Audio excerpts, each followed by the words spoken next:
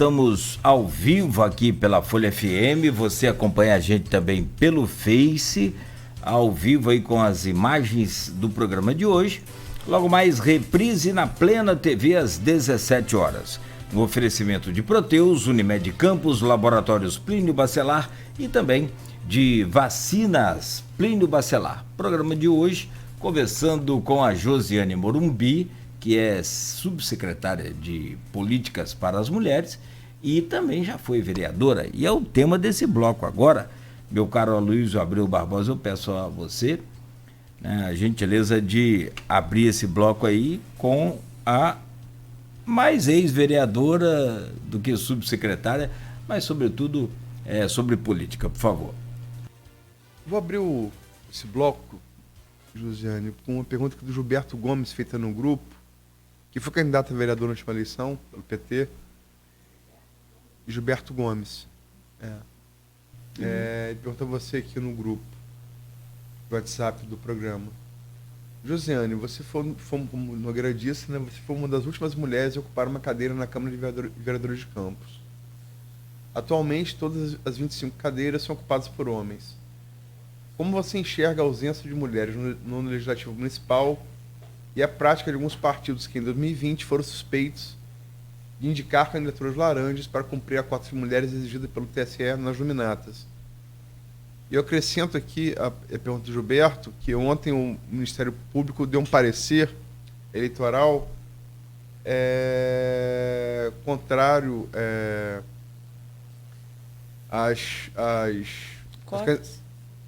contrário às candidaturas, né, de Bruno Viana e Nilton Cardoso por conta de possíveis problemas na última eleição com suposto uso de candidaturas laranjas de mulheres. Você está ciente disso? Não estou. Saiu ontem, se parecer. Saiu ontem? Eu Mas sei que já estava, né, acontecendo essa movimentação. Rogério e Marcione ficaram de fora, mas a MP pediu... Poder Regional Eleitoral. Pediu a cassação do mandato de Bruno Viana. É só um pedido, não é sentença, não é decisão judicial. E a inelegibilidade de Nildo. Saiu ontem isso. Mas a pergunta de Gilberto e... Sim. Dentro desse contexto. Gilberto e todos que estão nos assistindo, é um total retrocesso. O que a gente conseguiu de avanço em Campos, eu tive a oportunidade, né, na minha vereança, ter o maior número de cadeiras ocupadas por mulheres na história de Campos. Nós chegamos a ser 4 mulheres, né? Era eu, minha amiga Joilza Rangel, Rosilane, do Renê, e Marcele Pata. Ficaram em períodos diferentes do meu, eu fiquei só fora um mês, eu acho, por conta, né, de eu ter ocupado a cadeira de Vinícius Madureira. E aí eu fiquei, acho que nem um mês, acho que foram 21 dias. Eu fiquei praticamente os 4 anos. Mas as outras tiveram, né, períodos diferentes do meu. Mas foi muito bacana, muito prepositivo. Eu e Joilza, a gente fez muito trabalho em conjunto, de chamar a sociedade civil, de chamar os movimentos sociais, de começar a montar o Plano Municipal de Direitos da Mulher, que a gente não tem no município ainda, o Plano Municipal. Isso é uma das minhas missões na presidência lá à frente do Conselho Municipal de Direitos da Mulher.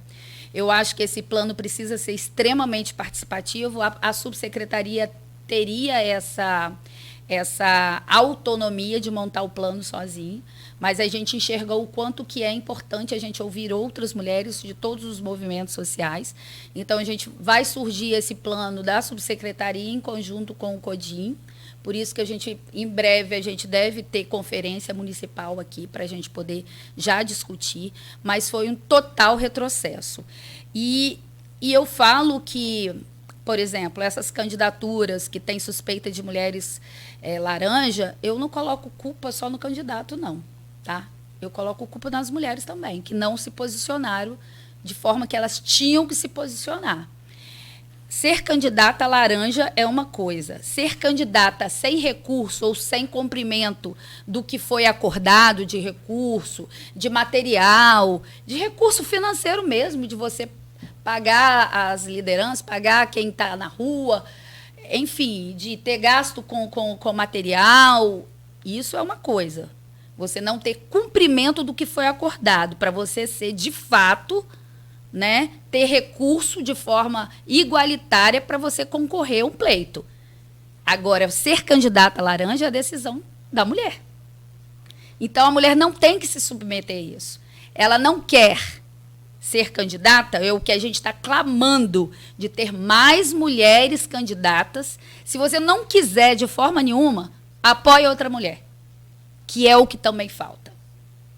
Que existem, assim, a gente tem batalhado muito para as mulheres entenderem que quanto mais a gente se divide, quanto mais tem forças isoladas, menos coesão entre a gente, menos força a gente vai ter desse movimento. Então, ao invés de se dividir, a gente precisa estar unida, cada um com suas ideologias, cada um com os seus objetivos. Falei isso muito lá dentro do conselho, que eu tive algumas divergências, porque a gente estava no meio daquele calor das eleições federais para presidente. Eu tive um posicionamento político e a maioria dos movimentos sociais tem outro, que são de esquerda. Eu apoiei Bolsonaro, eu sou mais conservadora. E eu tive alguns conflitos dentro do conselho. E eu falei, cada uma de nós aqui temos um objetivo. Nunca neguei que eu vou ser candidata de novo, entendeu? Mas eu nunca trouxe política para dentro do conselho. A gente precisa se respeitar, a gente precisa se unir, a gente precisa fazer as ações juntas. E o respeito tem que estar em primeiro lugar. Hoje em dia, o contraditório está sendo muito difícil de ser aceitado. Por isso, tanta violência, assim, um mix de violência em todas as áreas. Estava falando agora da oportunidade do futebol. Mas é um mix, assim, de intolerância de todos os jeitos. É intolerância religiosa, é intolerância política, é intolerância, enfim, do esporte. Em todas as áreas a gente tem violência. As pessoas não se respeitam mais, entendeu? Então, foi total retrocesso. Não é a mesma coisa uma mulher trabalhar para um projeto voltado para as mulheres, não é a mesma coisa de um homem hoje, que eu gostei muito de ser Fred. Hoje o Fred é o presidente do... Fred Rangel é o presidente da Comissão de Direitos da Mulher na Câmara. A gente vai ter uma acessibilidade. Marquinhos também era do transporte, apesar da gente estar em lados opostos. Eu nunca tive problemas maiores, até já falei isso com a Luísa. Todos os vereadores, né? Teve um ou outro só que eu tive problemas, que eu tive que me posicionar. A gente precisa muito se posicionar dentro da Câmara, tá? Infelizmente, é muito enraizado a cultura do machismo dentro da Câmara. Da gente ser mulher, de como a gente se veste. Enfim, eu tive muitas questões pequenas. Estou aqui abrindo meu coração para vocês. Mas você tem que ser muito empoderada, você tem que saber muito o que você quer e mostrar para que você veio. Por isso que muita gente fala que na hora que eu pegava a tribuna, ninguém me segurava. Porque eu botava ali o que eu pensava, o que estava dentro do meu coração. Entendeu? Então, assim, eu achava que eu era muito brava. Mas a mulher precisa se posicionar. Então, se é um desejo, se você acha que através da política, eu falo que tudo tem política na nossa vida. Esse dia eu falei, eu vivia dentro de uma bolha, dentro da empresa, do privado, e achava que a gente ser um empresário de sucesso, você quase não precisa de política. Mentira. Você precisa da iluminação pública ao lado da sua empresa, você precisa da coleta de lixo, que é na porta da sua empresa, você precisa da saúde pública, se você não tem condição de pagar um plano de saúde para os seus funcionários, você precisa do transporte público, se você não tiver o transporte para os seus funcionários, ou seja, tudo é política. Então, se a mulher não se sente, porque eu estou querendo fazer até um curso de capacitação para as mulheres que querem entrar na política. Se você não se sente... não sente vontade de estar na política, mas pelo menos entenda a importância da política na nossa vida. Eu acho que na história do Brasil, apesar de toda a polarização, a sociedade civil enxergou o quanto que é importante ela se envolver com a política. Então, assim, se a mulher não tem esse desejo de ser candidata, apoie outra mulher. Porque é inaceitável 25 cadeiras, um município de 500 mil habitantes, a gente não tem uma representante, que não seja eu, seja uma outra, mas uma representante feminina na Câmara. José, vamos falar agora um pouco desse acordo de pacificação que tem movimentado aí a política de Campos e, de certa maneira, do Estado também. Eu fiquei um tempo fora de Campos, eu saí daqui de Campos, estava sendo falado, eu voltei para cá, estava sendo falado. E até agora parece ser complexo na Câmara essa amarração. Mas, enfim, Cláudio Castro, governador, ele foi eleito vice-governador, assumiu no impeachment de Wilson Witzel, mas que, enfim, foi eleito na chapa e reeleito. Né? Ele é aliado tanto de Rodrigo Bacelar quanto de Vladimir. E ele foi o fiador desse acordo, né, de pacificação entre os dois grupos. E isso está meio emperrado na Câmara, né? Negociações por pastas, que a oposição estava querendo para poder ser independente, entre aspas, né? Trabalho e Renda, Fundação Municipal dos Esportes. A terceira qual? EMAB. EMAB já foi, para Nildo e Abdo. Ah, tá. Você está falando dos novos pleitos. Não. Não, EMAB já foi. EMAB já foi, mas foi em separado, Josiane. Foi um acordo de Nildo com Abdo. Uhum. Foi em separado. Eu falo do bloco, da oposição ligados ao Bacelar. Nildo e Abdo, como diria Brizola, coxaram o alambrado. Eles fizeram um acordo separado. Tem uma manifestação aí que Matoso quer trabalho e renda. Matoso e Elinho, segundo o Rodrigo noticiou. Enfim, isso está sendo costurado, a costura para ser complexa na Câmara. Ontem, talvez fruto de não ter fechado ainda esse acordo, anunciaram a votação das contas de Rosinha para a semana que vem. Para o quê? Votação das contas de Rosinha, na semana que vem. Fruto de não ter chegado a esse acordo. Enfim, como é que você está vendo? Você foi vereadora, como disse Nogueira, quem foi vereadora continua sendo. Como é que você está vendo essa pacificação e essa complexidade de amarrar isso na Câmara?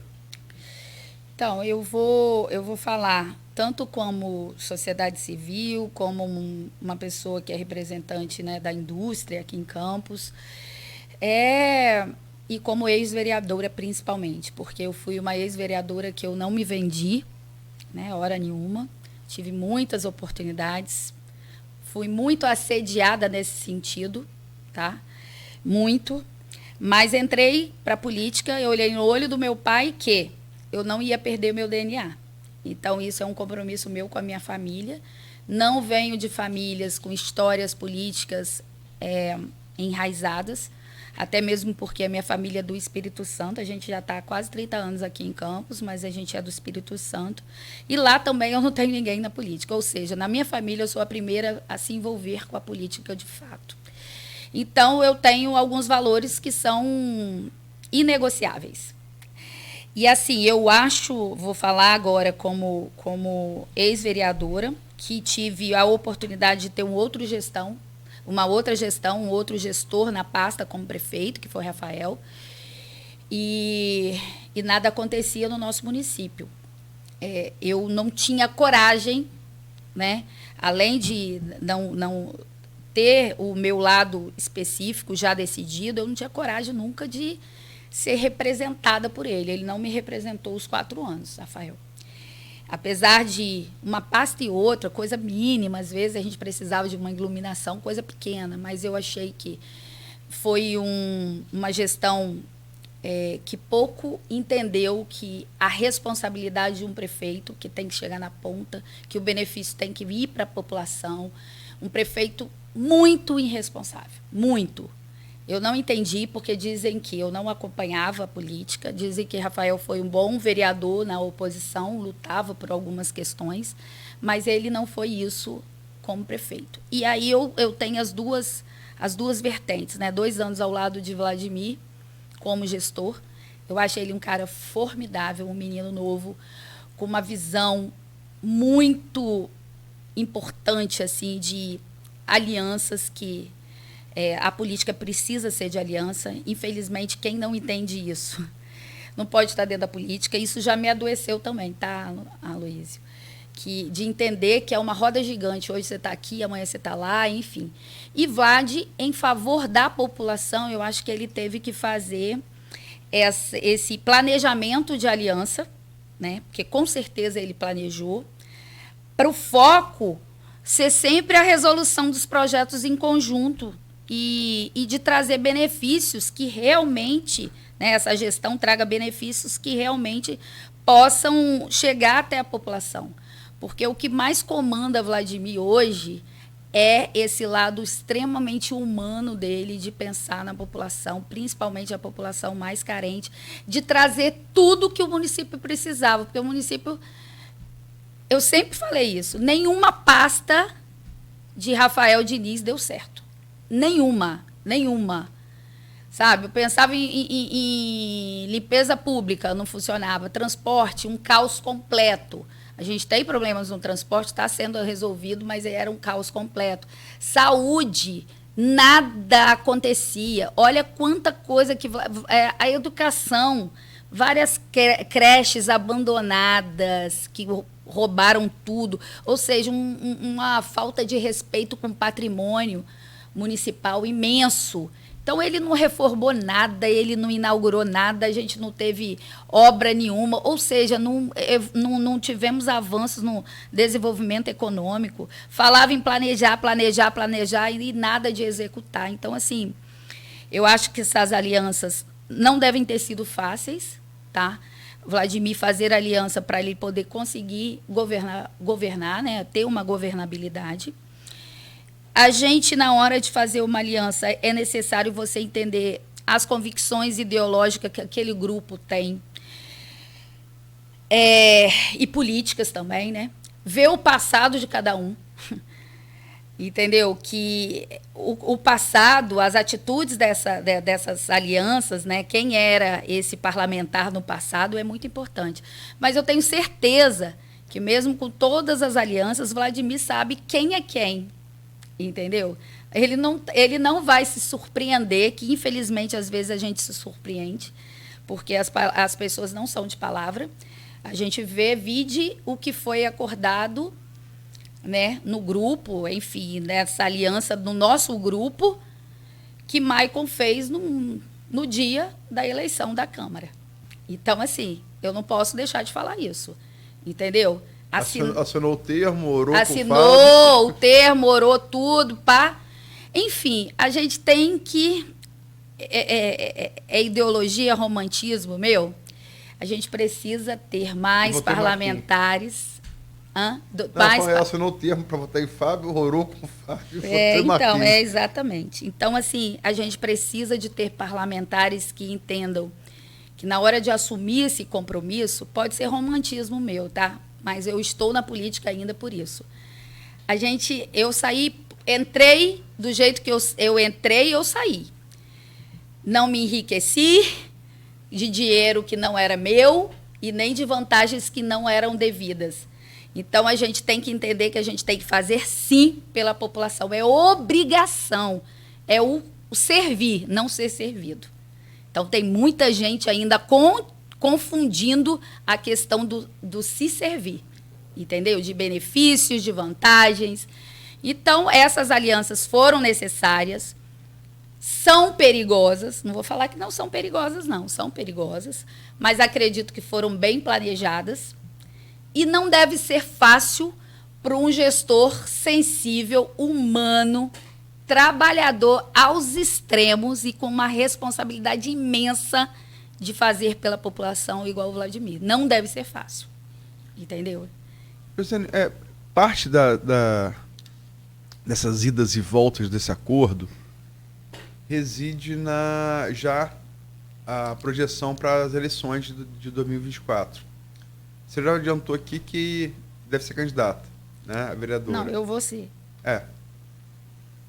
tem que esperar as convenções, né? Só tem candidato todo depois das convenções. Mas, enfim. Sim. Eu sou, eu até lá, serei, pré. eu, É pela eu sou lei, pré. pela lei do. Eu sou pré. Pela lei do rádio, nem pré ainda. Você Eu desejo. isso aí, pré-candidata à convenção, né? Exato. Não, pré-candidato pode falar. Pré-candidato. Pré-candidato. Não, eu tenho vontade. Você só Não, por causa não, da não, lei não. 9.504, tem que ser atento, que regula. Sim, aqui tem que ficar atento, a gente. A radiodifusão, até mesmo, não só por questão de multa, nem Não, nada, por mim mesmo. por mim você mesmo. também. Aham. Proteção. Proteção. Considerado campanha extemporânea. Mas, enfim, as dificuldades desse acordo estariam nessa projeção para 2024. Quem está no governo, quem já era governo está no governo, temeria ceder espaço no governo para quem estava na oposição e fortalecer as nominatas da oposição. E quem está na oposição para virar independente, entre aspas, seria ter espaço no governo para fortalecer os nominatos para a eleição. Como é que você está vendo esse tabuleiro aí para 2024 e se você acha que Vladimir sai na vantagem se tentar buscar a reeleição? Para vereador e para prefeito. O Vladimir, hoje existe uma aceitação imensa dele na população, assim como um todo. Eu até busco em falar que a família Garotinha, ela não tinha muito acesso à classe média e alta de Campos, né? Assim como um todo, isso aí o nosso ex-governador até sabe. Eles sempre trabalharam muito para a população mais carente. E Vladimir tem acesso tanto à classe média, alta, mudou essa questão, né, de enxergar dessa aceitação da família dele. É um cara mais jovem, enfim, tem outras ideias, essa ideia se você me permite, Bruno Dauari falou isso ontem aqui no programa, mas tem que lembrar que você está certa essa resistência da pedra, da antiga 9899, hoje reunida da 98, ao garotismo histórica, e na última eleição foi onde Caio teve maior vantagem sobre o Vladimir no segundo turno, foi na chamada pedra, só para citar o dado. Não, exato, ótimo. Mas isso é inegável, mas eu acho que já mudou muito, já mudou. Talvez, se não fosse o Vladimir, a gente teria um resultado ainda mais desigual na pedra. Então, assim, já teve avanços. Eu acho que vice-prefeito, não? Exato. Aí vem a parte de Fred, né, Paes, trazendo essa experiência, essa articulação dele também no meio empresarial. Eu acho que é muito positivo. Fred é um gestor formidável. Então, eu acho que foi muito acertado esse vice, né, no vice nosso. Então, e ele também, Vladimir, ele foi, assim, pontual nas pessoas que estão representando todas as pastas. Ele acertou muito. Para você ter ideia, é muito comum, eu não sabia, que na virada aí dos 2 anos, muda tudo. E Vladimir fez pouquíssimas mudanças, bem pouco, entendeu? Das secretarias e subsecretarias. Então, é porque está dando certo. E a gente tem um grande exemplo, porque Vladimir é ligado no 220, que eu não sei de onde ele arruma tanta energia para trabalhar. E ele tem uma primeira-dama. Eu sou encantada pela pessoa de Taciana. Estou aqui elogiando. Ela não é... Eu não sou esse tipo de pessoa de ficar puxando o saco isso aí. Enfim, para ter qualquer tipo de vantagem, eu sou verdadeira. Por isso que se eu tiver que falar aqui, enfim, tudo que eu preciso para minha pasta, eu falo. Ela é extremamente atuante. Eu lembro, assim, sempre de quando eu encontro com ela nos eventos, eu lembro da minha mãe. Minha mãe, né, eleitora de Cachoeiro, né? E mamãe fala assim, gente, eu não conheço nem a primeira-dama de Cachoeiro. Quem é a primeira-dama de Cachoeiro? Essa eu conheço, é linda, atuante, bota 7 léguas, então... Taciana também está ajudando muito a Vladimir nas pastas que requerem muita sensibilidade. Então, a pasta social, Taciana é uma presença, hoje eu falo que é insubstituível. Então, ela está ajudando, a gente tem, né, Rodrigo Carvalho é muito competente, muito sensível também. Mas Tassiana é nota 10, ela é muito atuante. Ela se esforça para, mesmo que passe rapidinho, mas ela está em todos os eventos que são importantes, que estão ali a população mais carente, ontem representando, né, a população que precisa, né, dessa inclusão, né, na instituição APAP, que é uma instituição maravilhosa. Então, enfim, eu acho que ele fez esse acordo dentro da casa dele, né, esse combinado, e ela aceitou o desafio junto com ele. Então, isso se torna um pouco mais, o fardo mais leve para ele. Porque quando ele não está, ela está. Não, e até porque para ficar perto do marido, senão não fica. Né? Você sabe, você é político, e não pode nem falar sabe. que é primeira dama, tá? A gente tem que falar que é a única dama. Bom, muito bom. Ô, minha querida Josiane. Ela que fala, única dama. Exato. Já viu quem manda aí, né? Josiane Morumbi, eu acho que a pauta foi bem sacada aí pelo Aloysio, muito bacana a sua vinda aqui nesse dia de hoje especial. Sempre bom você estar aqui com a gente, sempre bom ter uma mulher empoderada, né?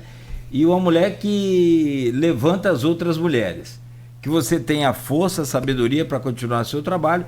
Parabéns pelo seu dia, em nome aqui da equipe do Folha no Ar, né, e do Grupo Folha da Manhã.